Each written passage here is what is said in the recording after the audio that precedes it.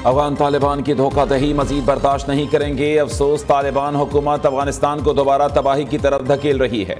हम तालिबान को दोबारा गारों में धकेलने की सलाहियत रखते हैं। पाकिस्तान को अपनी पूरी ताकत इस्तेमाल करने की जरूरत नहीं है।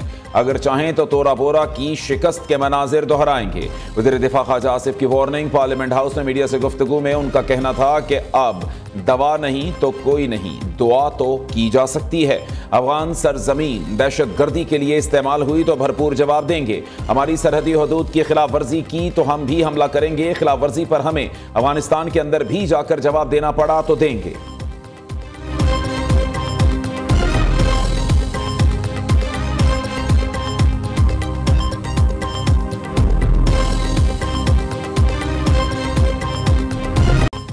पाकिस्तान और अफगानिस्तान के दरमियान इस्तांबुल में होने वाले मुज़ाकरात नाकाम। वज़ीर इत्तलात अता तारड़ का कहना है बातचीत में कोई काबिल अमल हल नहीं निकाला जा सका।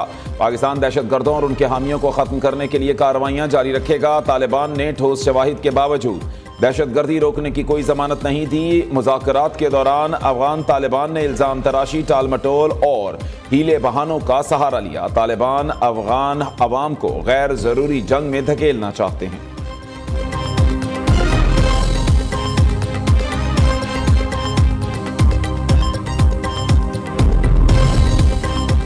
पाकिस्तान और तुर्किया के ताल्लुकात मजहबी और सकाफती रंगों में जुड़े हैं। दोनों ममालिक यकजान दो कालिम हैं।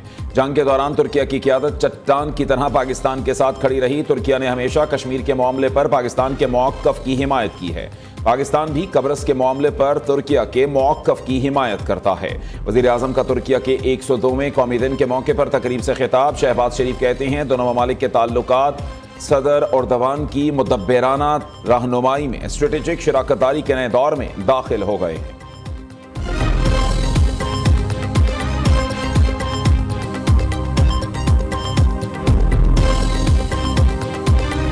कुछ जमातों को सिर्फ अमल में ही सियासी मकासद के लिए लाया गया, किसी को नीचा दिखाने के लिए, किसी के खिलाफ इस्तेमाल करने के लिए, किसी को ज़रर पहुंचाने के लिए। फ़लस्तीन में लोग खुशी मना रहे थे, यहाँ पर ऐलान किया गया कि हम इस्लामाबाद पे चढ़ाई करेंगे फ़लस्तीनियों के लिए जो खुशी मना रहे थे। ये जो एक्शन आज एक जमात के खिलाफ हो रहा है, इसकी क्यों ज़रूरत? सियासत की आड़ में इंतहा पसंदी को पहुँच जाना, हथियार उठा लेना, बेगुनाहों को निशाना बनाना। ये भी कहा गया कि 600 अफराद हलाक हो गए। माजी में सियासी मकासद के लिए कुछ जमातों को बनाया गया। एक जमात के खिलाफ कार्रवाई की जरूरत क्यों पेश आई? गजा के नाम पर पुरतशद्दुद एहतजाज करके आवाम को तकलीफ पहुंचाई गई। हथियार उठाना, बेगुनाहों को निशाना बनाना, रास्ते बंद करने की इजाजत नहीं दे सकते। वज़ीर आला पंजाब मरीम नवाज का इत्तेहाद बैनुल मुस्लिमीन कमेटी से खिताब। कहा जब फितना सर उठाता है तो कौमों की तनज़्ज़ुली शुरू हो जाती है। हमें मजहबी जमातों में से ऐसे जत्थों को अलहदा करना है। TLP से मसाजिद और मदरसे लेकर हुकूमत ने अपने पास नहीं रखे, मुफ्ती मुनीब के हवाले कर दिए ताकि उन्हें दुरुस्त समत में चलाया जा सके। सूबे के 65,000 आइम्मा के लिए 10,000 का वजीफा मुकर्रर कर रही हैं। यह रकम नाकाफी है, इसे बढ़ाया जाएगा। वज़ीर आला पंजाब से अमरीकी काउंसिल जनरल स्टेटसन सैंडर्स की मुलाकात। मरीम नवाज की अमरीकी सरमाकारों को पंजाब में शानदार मौक़ों से फ़ायदा उठाने की दावत।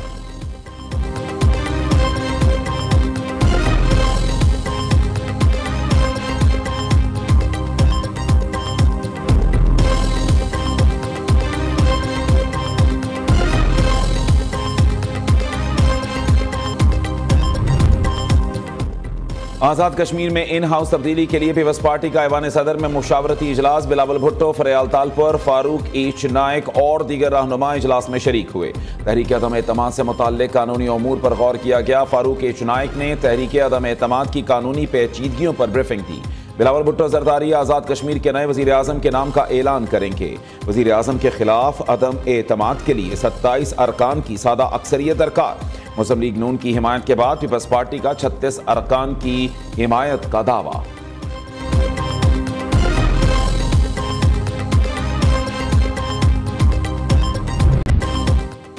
वज़ीर आज़म पाकिस्तान और फील्ड मार्शल शानदार इंसान हैं। पाकिस्तान के फील्ड मार्शल अजीम सिपा सालार बेहतरीन जंगजू भी हैं।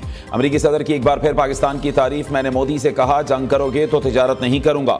ट्रंप का जनूबी कोरिया में ताजरों की तकरीब से खिताब। जापान में खिताब के दौरान कहा पाक भारत जंग में ब्रांड न्यू खूबसूरत 7 तैयारे गिराए गए।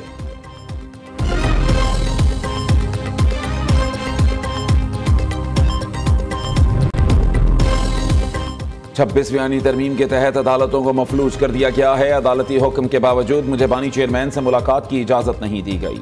मौजूदा वक्त में रूल ऑफ लॉ के लिए वकला का किरदार अहम है। आइन की बालादस्ती के लिए कोई भी कानून लाए हम काबीना और असम्बली से पास कराएंगे।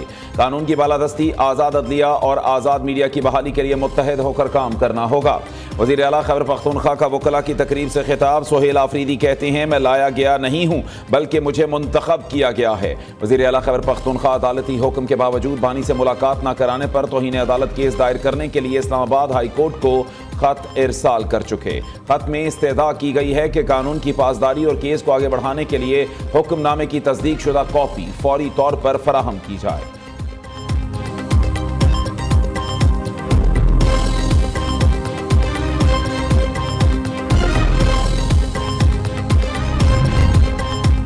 खैबर पख्तूनख्वा में नई काबीना के लिए अभी से बोलियां लग रही हैं। अच्छी वजारतों के लिए 1 अरब से 70 करोड़ तक का रेट तय हो रहा है।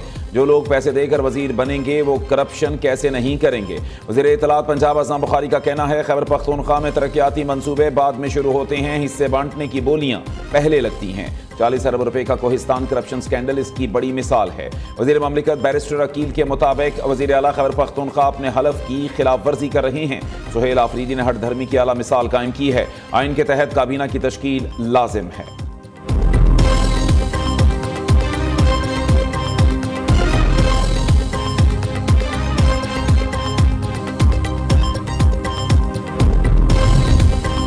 पीटीआई रहनुमा शिबली फराज की सेनेट की खाली निशस्त पर इंतखाब आज होगा। खैबर पख्तूनख्वा असेंबली में पोलिंग के लिए तमाम तैयारियां मुकम्मल। अपोजिशन की जानिब से ताज आफरीदी मुतफ़िक़ा उम्मीदवार नामजद और रमज़ीशान पीटीआई के उम्मीदवार होंगे। केपी असेंबली में हुकूमती अरकान की तादाद 92 और अपोजिशन के अरकान की तादाद 53 है। सेनेट निशस्त में कामयाबी के लिए 73 अरकान की हिमायत दरकार है।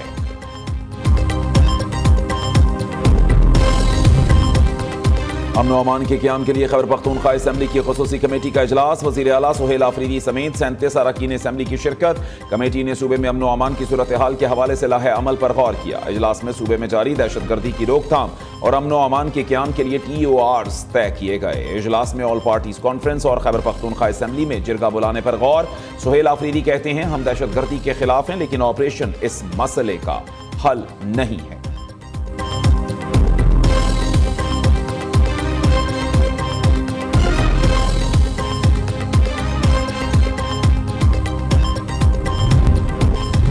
हमने पीछे इन 79 ईयर्स में सिर्फ 5 कैपिटल सिटीज़ को डेवलप किया है इस मुल्क में। एक हमारा फेडरल कैपिटल और 4 हमारे प्रोविंशियल कैपिटल्स।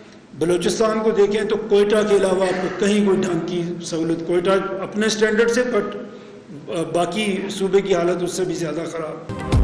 हमने 79 सालों में सिर्फ 5 कैपिटल शहरों को तरक्की दी है। बलूचिस्तान में कोयटा के अलावा कहीं ज़रूरी सहूलियात दस्तयाब नहीं। आवाम की खिदमत के लिए लोकल गवर्नमेंट असल फोरम है। बल्दियाती इलेक्शन हो भी जाएं तो आवामी नुमाइंदों को काम करने का मौका नहीं दिया जाता। 3 सूबे मिलकर भी पंजाब के बराबर नहीं। आवाम और पाकिस्तान की बेहतरी के लिए छोटे सूबों का क़याम इंतहाई नागुज़ीर है। चेयरमैन पंजाब ग्रुप मियां आमिर महमूद का पेशावर में एपसेप के ज़ेरे एहतमाम आगाही सेमिनार से खिताब। इंतजामी इख्तियारात निचली सतह पर मुंतकिल करने पर जोर।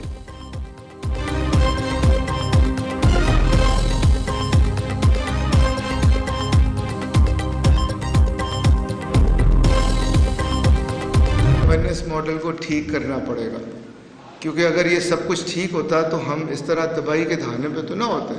कुछ तो खराबी है, कोई तो ऐसी चीज़ है जो ठीक होने वाली है। मियां आमिर साहब की इस पे बहुत ज़्यादा रिसर्च भी है। आज की ये तकरीब पामी ने मैनेज की है। नूरानी साहब, शफीक साहब, थैंक यू वेरी मच। और देखिएगा ये रहमान मेडिकल इंस्टीट्यूट को KPK की तारीख में उसी तरह याद रखा जाएगा जिस तरह अलीगढ़ यूनिवर्सिटी को याद रखा जाएगा। हमें अपने गवर्नेंस मॉडल को ठीक करना पड़ेगा। अगर सब कुछ ठीक होता तो हम आज इस तरह तबाही के दहाने पर ना होते। चेयरमैन एपसेप प्रोफेसर डॉक्टर चौधरी अब्दुर्रहमान का पेशावर में एपसेप के ज़रिए तमाम आगाही सेमिनार से खिताब। कहा कुछ तो है जो ठीक होने वाला है। मियां आमिर महमूद की इस पर बड़ी रिसर्च है। आज का दिन खैबर पख्तूनख्वा की तारीख में याद रखा जाएगा। आपने प्रोफेशनल बनना है तो आपको सच्चाई के रास्ते पर चलना होगा।